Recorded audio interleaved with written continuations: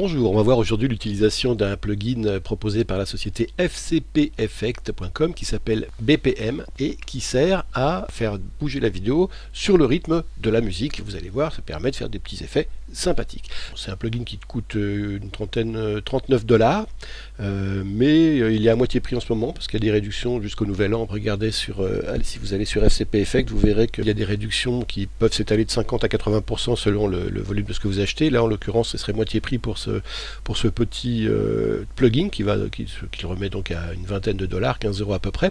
Et vous allez voir ce qu'on peut faire pour ces 15 €. On va prendre ces quelques images que j'ai tournées à New York et sur lesquelles j'ai mis une musique que je vous propose d'écouter.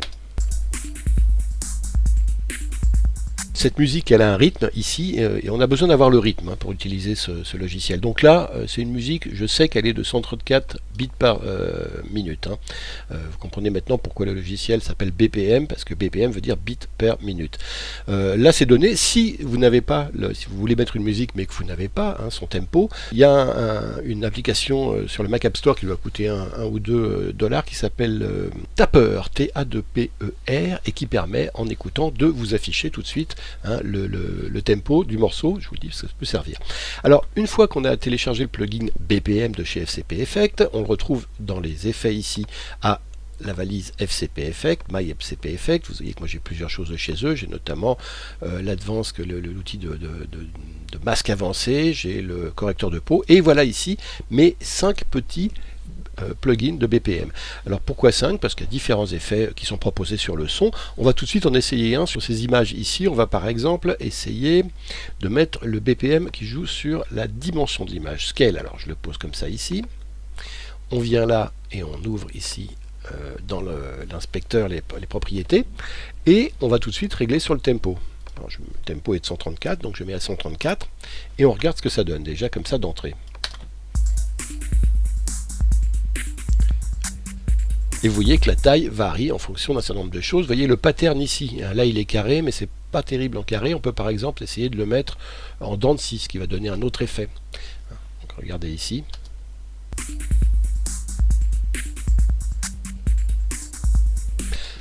Maintenant, je vais en essayer un autre aussi qui est le triangle.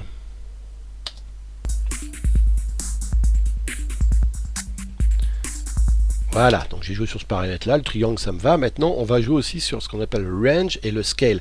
Scale, c'est la taille totale de l'image, c'est-à-dire qu'ici on est à 100%, ici on sera à 0%, et on peut jouer entre les deux. À savoir que je peux par exemple avoir une taille qui fait ça, qui est plus petite et puis qui grossit, comme ça, sur le tempo, sachant que le range c'est l'amplitude dans laquelle la taille va changer. Alors là c'est de 10% simplement, mais ça peut être par exemple 30% ici. Alors regardez ce que ça donne. Et à partir d'un certain moment, regardez ce qui se passe.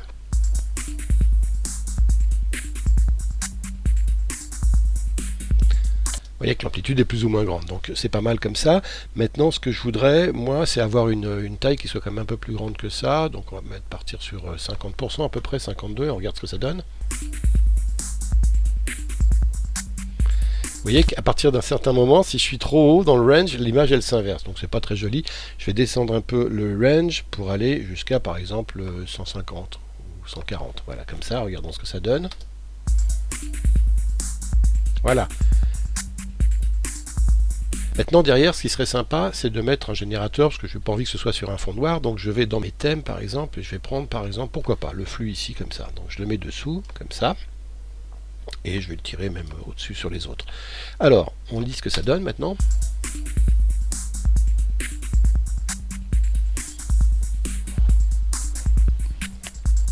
Maintenant, je vais aller sur le deuxième ici, Rush, que j'ai sélectionné.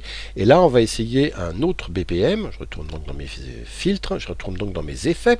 Et ici, dans mes BPM. Et là, cette fois-ci, au lieu de jouer sur l'échelle, on va jouer sur la rotation. Donc, je mets mon filtre rotation ici. Je clique, j'ouvre l'inspecteur ici. Et ici, je mets le tempo, 134. Et plutôt que carré, je vais me mettre en dents de scie cette fois-ci. Et par exemple, on va essayer de mettre le range un petit peu au-dessus de ça, 14,3 par exemple. Là, ça va être l'amplitude de rotation cette fois-ci. Et l'échelle, on va la descendre un peu à 120 par exemple, comme ça. Regardons ce que ça donne. Bon, je suis pas très content, mais vous voyez l'idée. Hop, ça tourne sur le tempo en dents de scie, comme ça.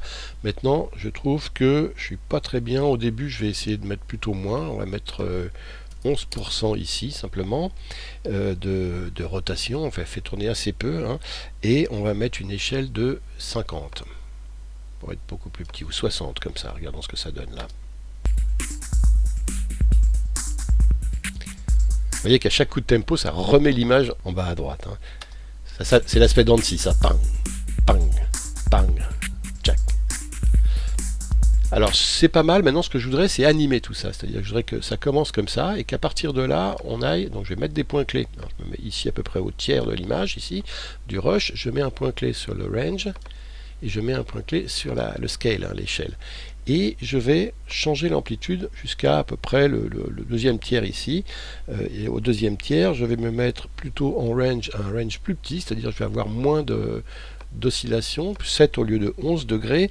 Mais par contre, en échelle, je vais grandir, je vais aller au-delà de 100%.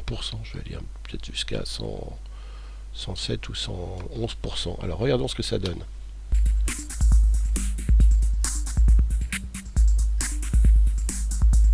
Voilà, là, ça grossit.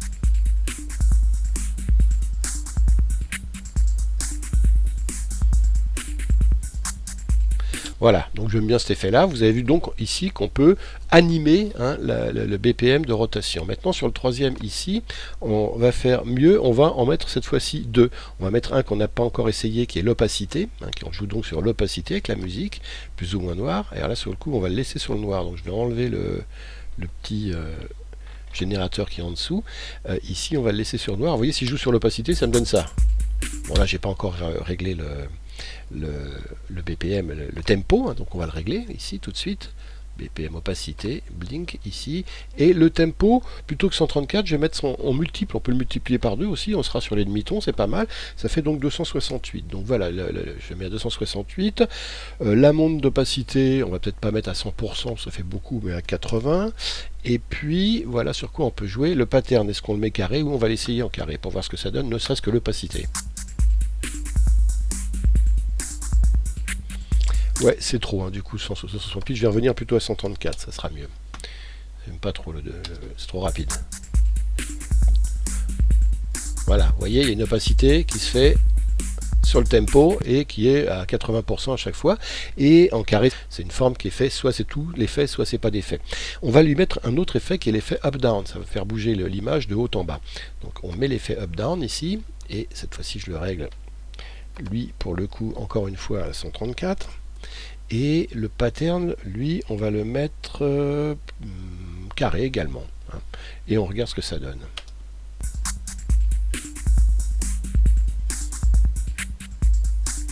Et là, au milieu de l'image, à partir du moment où la personne passe devant, on va le doubler. Donc je me mets là, sur le tempo, hein, ici, on met une image clé à 134, on avance à deux images, et là on remet une image clé, on met à 260, et on met cette fois-ci à 268, au double. Pardon. 268, voilà, et on va voir ce que ça donne. Donc je passe en une image de 134 à 268, hein, au double, et on va regarder ce que ça donne. C'est le mouvement de haut en bas hein, qu'on anime, et là, vous allez voir, voilà, derrière c'est deux fois plus rapide. Voilà, un autre exemple ensuite avec ce plan de bateau. Alors là on va mettre une opacité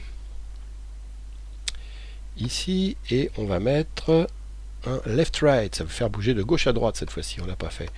Donc l'opacité, on va la régler, on est à 100, on va la mettre à 134. La monte de l'opacité, pourquoi pas, 100%. Et le left-right ici, on va le mettre à 134 aussi. Et le range, c'est-à-dire l'amplitude, on va la régler, on va la laisser à 50 d'ailleurs. Et le pattern, on va plutôt mettre dans ci. Hein. Ici, on va regarder ce que ça donne. Ah, et puis l'opacité, je voulais pas la mettre en carré, je voulais qu'elle soit progressive, donc plutôt en triangle, comme ça. Alors voyons ce que ça donne. Ouais, c'est pas mal. Vous voyez, le bateau, il bouge un petit peu à droite. On peut faire bouger un tout petit peu plus. On va mettre un petit peu plus de mouvement. On va mettre à 60 plutôt.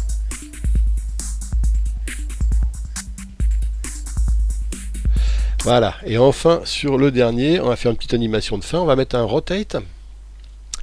Hop là, et puis un scale. On va faire tourner et jouer sur l'échelle à la fois.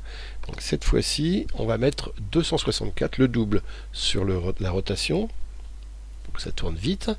Et en range, on va laisser à 10%, carré, on va le laisser sur carré pour que ce soit brutal également.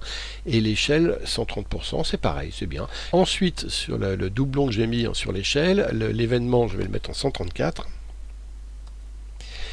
Le range, on va le mettre à 15%. Non, on va le mettre à 10 au départ. C'est bien.